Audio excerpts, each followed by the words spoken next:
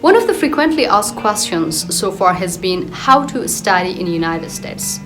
Although there are many ways one can go there and study there, but as an international student who has recently graduated from high school, I have a special plan for you.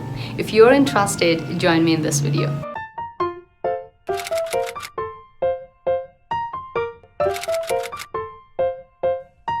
Hey everybody, and welcome to my YouTube channel. This is Zakra Bakhshi, and today I'm going to discuss about US college application process.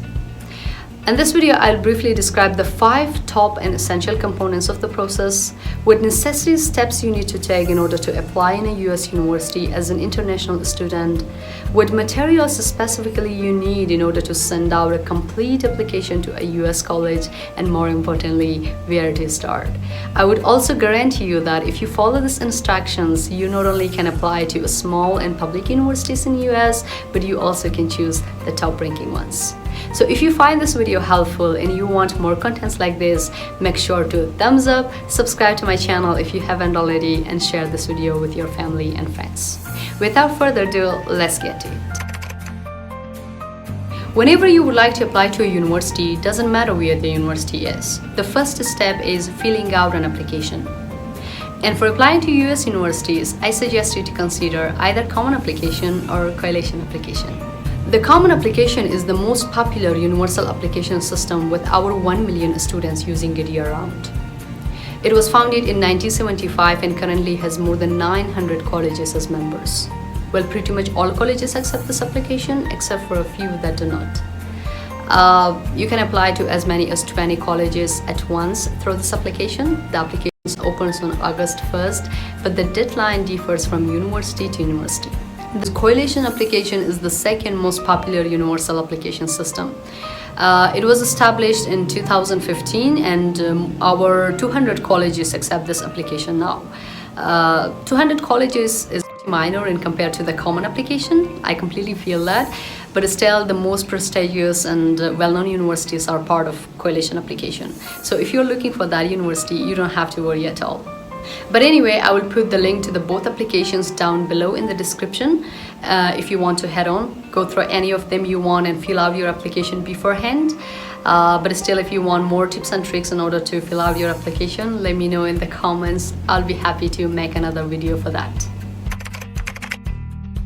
The second and the most important part of your application process is your essay, or better to say your essays. This part is critically important because it's going to have a highly significant impact on your college decisions. Your essays are reflecting your story, and your story is what matters a lot.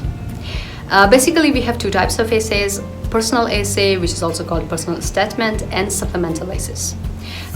Most of the universities will only go with the personal essay, which is something between 500 to 650 words. You can find the prompts available in your common application or your coalition application, and choose one of them and write your story eloquently about. However, in conjunction to personal essays, some other universities will also ask you for supplemental essays. For example, for Rice University, I wrote 4 supplemental essays, and for Yale University, I wrote 4 supplemental essays and answered 4 other short tech questions. That was definitely insane, but it worth it. By the way, as I mentioned earlier, take this step so seriously because the more your essays are heart-touching and impressing, the better chances of acceptance you will have. But it absolutely doesn't mean to ignore being yourself. Be yourself, be the best version of yourself, but use your writing skills a little.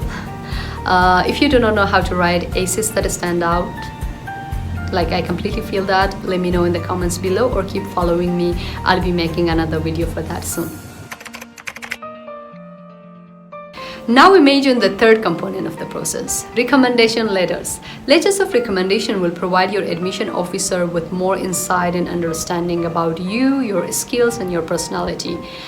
These letters will be written by your school teacher, counselor, friend, coach, mentor, depending on the university that you apply. Some universities will ask you for 10 recommendation letters, some universities will ask you for 6 recommendation letters, some will ask you for 4 recommendation letters, or some will even keep it optional.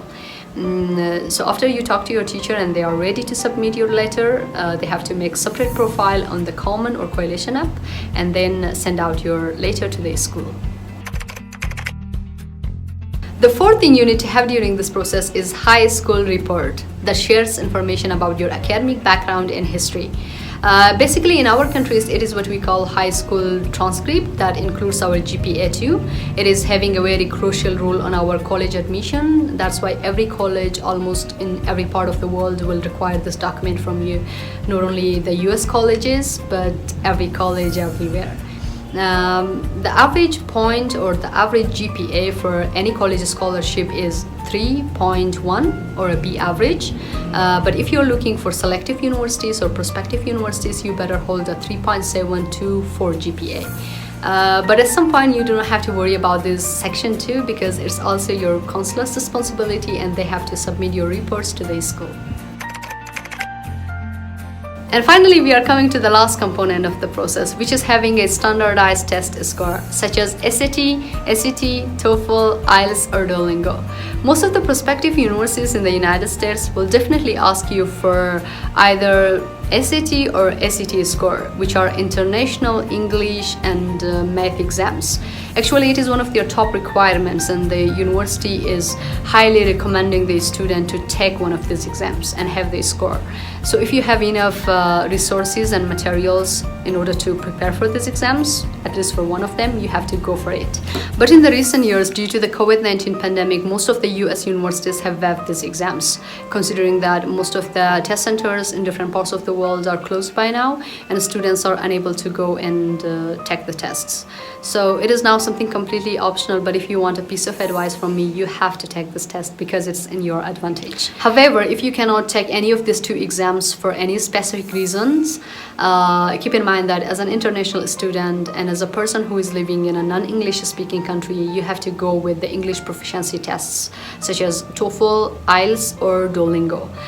These exams are mainly testing your English proficiency, and they do not have anything to do with the math or any other subject at school, but you have to make sure that your school grades are representing your academic background nicely. It means that you have to study well during high school years. And ultimately, you have the choice to hit the submit button and wrap up your application. We are almost done with everything, but in order to make ourselves certain that everything is okay, let's have a look on our list once again. So are we done with our common or coalition application? Yes. Are we done with our ACs? Of course. Recommendation letters? Absolutely.